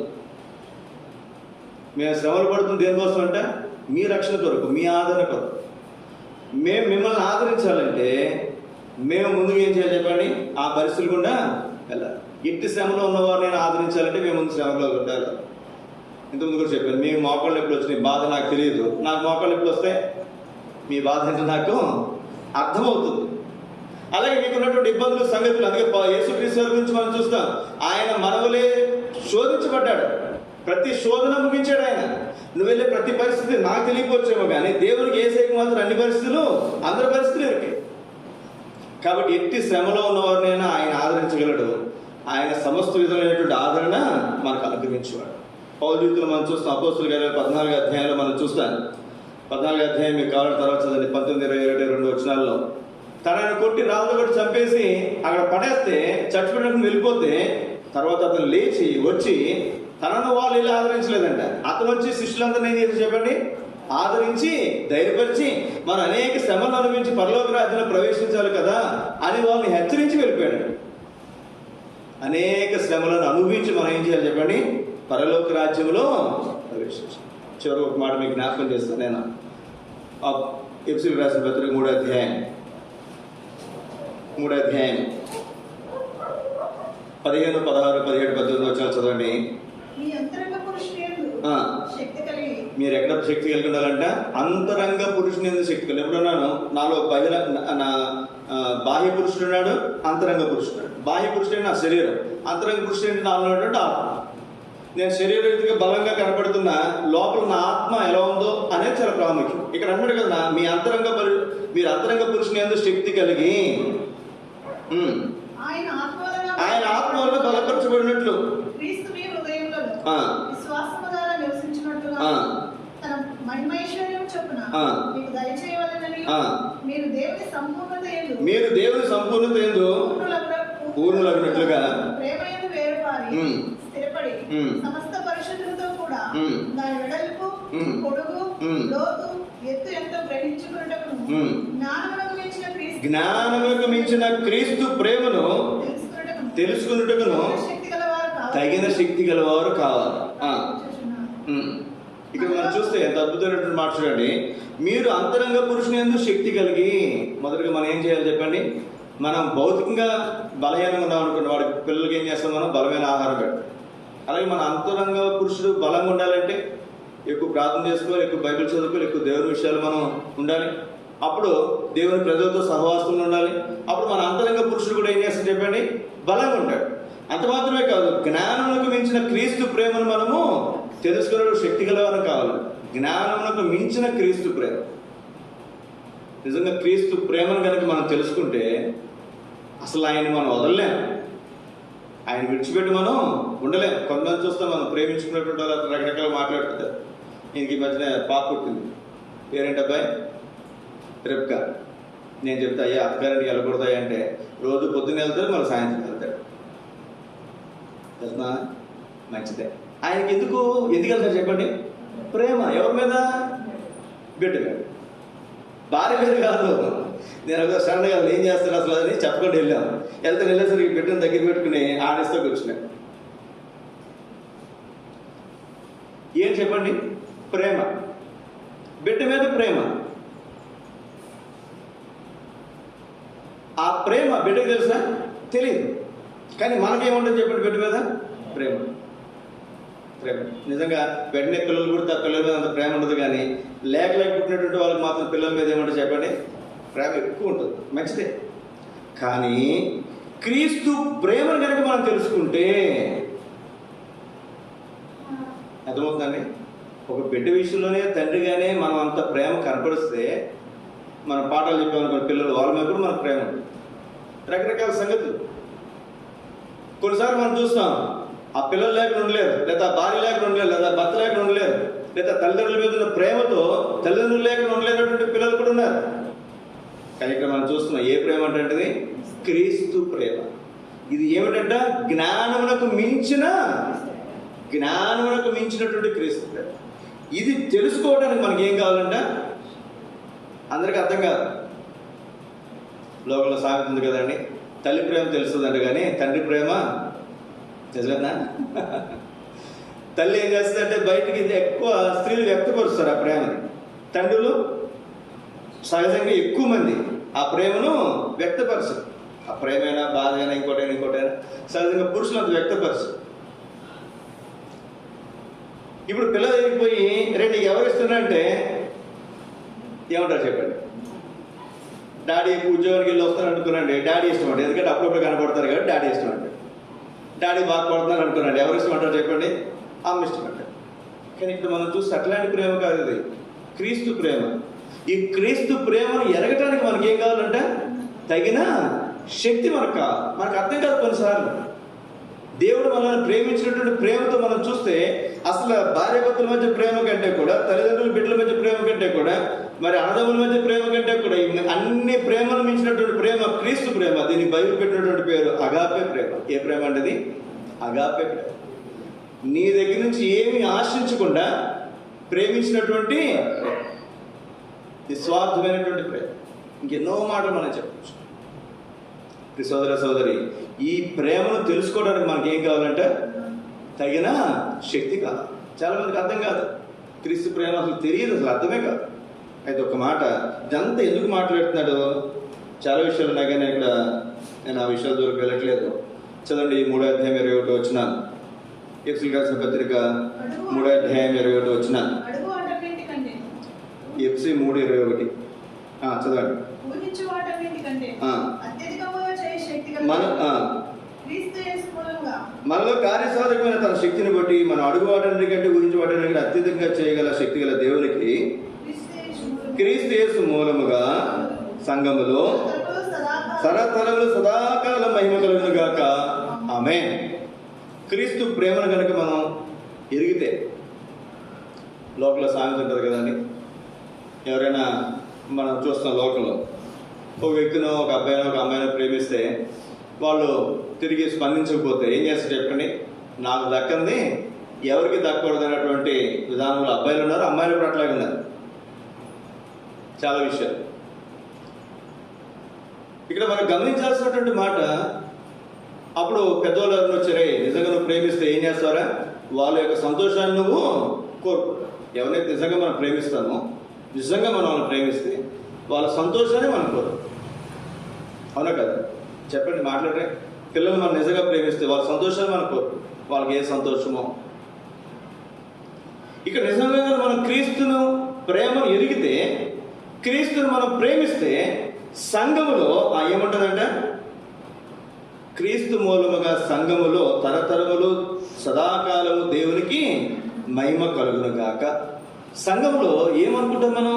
క్రీస్తుకు మహిమ కలగాలి. ఏ విషయంలో అయినా సరే ఎవరికి మహిమ కలగాలి? క్రీస్తుకు మహిమ కలగాలి. ఈ రోజుల్లో ఎన్నో సమస్యలు మనం చూస్తున్నాం, ఎన్నో విధానాలు మనం చూస్తున్నాం, ఎన్నో అభ్యంతరాలు, ఎన్నో సంగతులు చెప్పగలిగిన కొన్ని ఉన్నాయి, చెప్పలేని కొన్ని ఉన్నాయి సంఘాల్లోనే. ఆధిపత్య పోరు అనుకునండి, లేకపోతే ఇంకో అహంకారం అనుకునండి, లేకపోతే ఇంకోటి అనుకునండి, లేదా ఇంకోటి అనుకునండి, ఎన్నో విషయాలు ఎవరికి మహిమ కలగట్లేదు చెప్పండి? దేవునికి మహిమ కలగట్లేదు. నేను ఒక పని చేస్తున్నా, నేను ఒక పరిచర్య చేస్తున్నా, నేను ఒక సంగతి ఏమైనా చెప్తున్నా చేస్తున్నా, ఏముండాలి? నేను ప్రతిదీ ఆలోచించుకోవాలి. ఈ పరిచర్య ద్వారా దేవునికి మహిమ కలుగుతుందా లేదా? ఇది ఆలోచించుకోవాలి. అలా ఆలోచించేవారు చాలా అరుదు కదండి. నిజంగా క్రీస్తు ప్రేమను కనుక మనం ఎరిగితే అసలు ఇంక ఏ విషయాలు కూడా మనం ఆలోచించు, ఏ విషయాలు మనకు పట్టవు. అంటే మన జీవితాల్లో కూడా మనం కూడా అట్టి క్రీస్తు ప్రేమను మనం ఎరిగినట్లుగా సంఘములలో, మన సంఘములో కూడా దేవునికి మాత్రమే అన్ని విషయాలు, అన్ని ధర్మంలో కూడా సదాకాలం మహిమ కలిగినట్లుగా మనం ప్రవర్తించదుగా. మోకరించిన ప్రార్థన చేసుకుందాం. దేవుని బిడ్డలైనటువంటి మనం దేవుని వాక్యంలో మనం హృదయాలు పరీక్షించుకుందాం. దేవుని వాక్యంలో మనం హృదయాలు పరీక్షించుకుందాం. నీ ద్వారా, నా ద్వారా సంఘములో మహిమ కలుగుతుందా దేవునికి? మన ప్రవర్తన, నీ దేవుని మందిరంలోకి పోయినప్పుడు నీ ప్రవర్తన జాగ్రత్తగా చూసుకుని దేవుని వాక్యం, మన ప్రవర్తన, మన క్రియలు, మన కార్యాలు, ఇవన్నీ ఒక్కటే మనం గమనించాల్సింది ఏంటంటే, మన క్రీస్తుని ప్రేమిస్తే అసలు వేటి గురించి మనం ఆలోచించాలి. ఎందుకంటే మన మనసు అంతా ఎక్కడ ఉంటుంది? క్రీస్తు మీదే, దేవుని మీదే. ఆయనకి మహిమ కలగాలి, మనకేమైనా పర్లేదు అనేటువంటి విధానంలోనికి మనము రాగలం. అట్లా మన సంఘంలోనూ ప్రతి సంఘంలో కూడా దేవుడు అట్లాంటి పరిస్థితులు దేవుడు అనిపించేట్లుగా మనం ప్రార్థన చేద్దాం. ఎదుటి వారి కొరకు, అనేక మంది రక్షణ కొరకు, మనం అనేక శ్రమలు అనుభవించడానికైనా సరే మనం సిద్ధపరచుకుందాం. మన గృహనరుగతో పనిలో కూడా యథార్థంగా మనకు అప్పగించబడిన పని పరిచయ దేవునిలో మన నమ్మకంగా నెరవేర్చేవారుగా మనం ఉందాం. అంత మాత్రమే కాదు, దేవుడిచ్చిన కృప వల్ల ఆ పరిచర్యకు మనం పరిచారకులుగా మనం ఉందాం. దేవుడు మనం ఇచ్చిన సంఘంలో, స్థానిక సంఘంలో పరిచారకులుగా మనం నమ్మకంగా మనం నిలబడదాం కాక. అంత మాత్రమే కాదు, మనం దేవుడు మనకి ఇచ్చినటువంటి కృపను బట్టి మనం ఏ పరిస్థితులు ఉన్నా ఎదుటివారి కొరకు మనం ప్రార్థించే అనుభవంలో, ఎదుటివారి కొరకు మనం ఓర్చుకునే అనుభవంలో దేవుడు మనలను ఉంచును కాక.